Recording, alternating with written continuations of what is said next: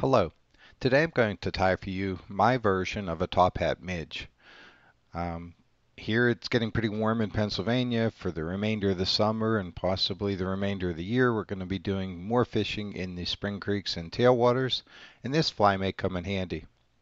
I'm going to do this one on a size 20 curved hook, and I usually show the thread at the end and say something like it holds it all together, but the thread in this case is the body of the fly and it could be done in almost any color, but we'll start with the black. I'll talk about that more later.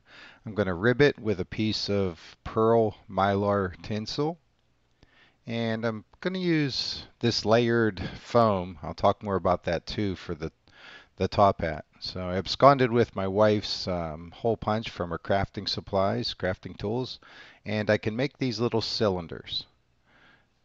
And that'll be a core component of the fly, a wing or a post. And I'll put a wrap or two of Peacock to simulate legs just below that. So we'll get the thread started on the hook. I can talk more about some of these things as we go. So that the top hat kind of, I guess I saw some video of midges emerging. And keep in mind, midges doesn't necessarily mean small flies, but in Pennsylvania, it kind of does. So I saw these flies, they were emerging. They were the little wiggly worm-looking midges. They work their way to the surface and they park themselves there and break through. And as they come out, they're kind of cone-shaped and tapered. And the bugs I saw had more or less a black body, but they have that shiny ribbed look to them.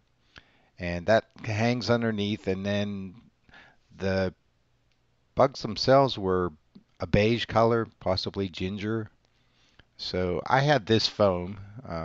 It's not exactly a match. You could probably take a marker or other foam and do a better job of matching the actual emerging part of the bug itself. But anyways, I think these will do the trick. Zebra midges with a glass bead hung just under the surface are very similar. This thing I'm hoping will sit a little closer to the surface because of the foam.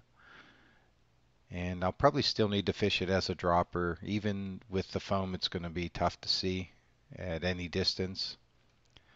So I've done a little bit of a tapered body. I'll put a half hitch there. Um, I used the brown layer of the foam. Now this was left over from making hopper patterns, so the colors aren't really by choice. But I used the brown layer and tied it in, and that left a white and a gray. I don't think it's going to be too far off. And like I said, if you had a marker, you want to yellow it up or something, you probably could. So I have the thread formed a tapered body. I'm going to grab that Mylar. Now I'm going to wrap into a little bit of head cement. And the reason I'm doing that is more or less so that it squirts around the Mylar and holds it in place. I don't necessarily need to glue the Mylar to the thread body, but I don't want it to slide. And there I'm struggling a little bit, but what I'm after here is a ribbed body. I don't want this to be solid Mylar. I want some of that black to show through. And we'll park that and come around. Now notice one thing I do here. This I mentioned this before in a video, but I rotate the vise so that my material and my thread are kind of in the same direction, and it's easier to change hands and throw a wrap over the top. And I know you'll notice that's only one wrap, and this is Mylar, and it may slip out, but we're going to put a few more wraps on here by the time we're done. I just didn't want to build this up to be too big and bulky at this point. So here we'll come in with that strand of Peacock. Now I know I showed you the eye in the materials, but basically this is one of the Herls just below that eye.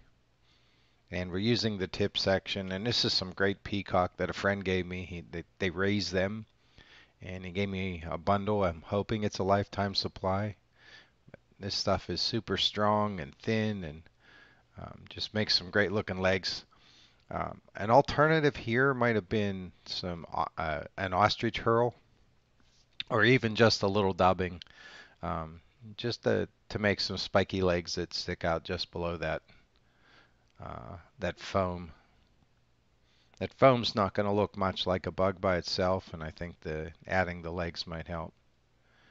So I'll get a final wrap over that, untwist it, and you probably noticed I twisted the Herl around the thread just to kind of strengthen it up.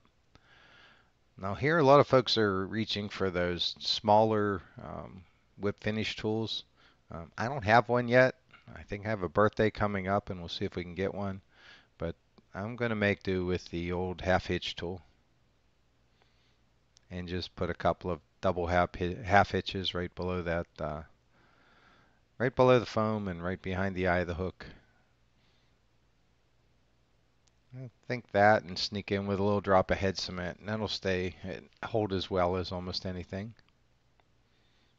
So I'm just going to slice off that Peacock Herl because I don't want to snip off any of the what I'm going to call legs. And there you have it. Hopefully it's going to float vertically in the water and fool some trout. And I hope this helps you out. If you want to learn more about me, look me up on Amazon. And until next time, be safe.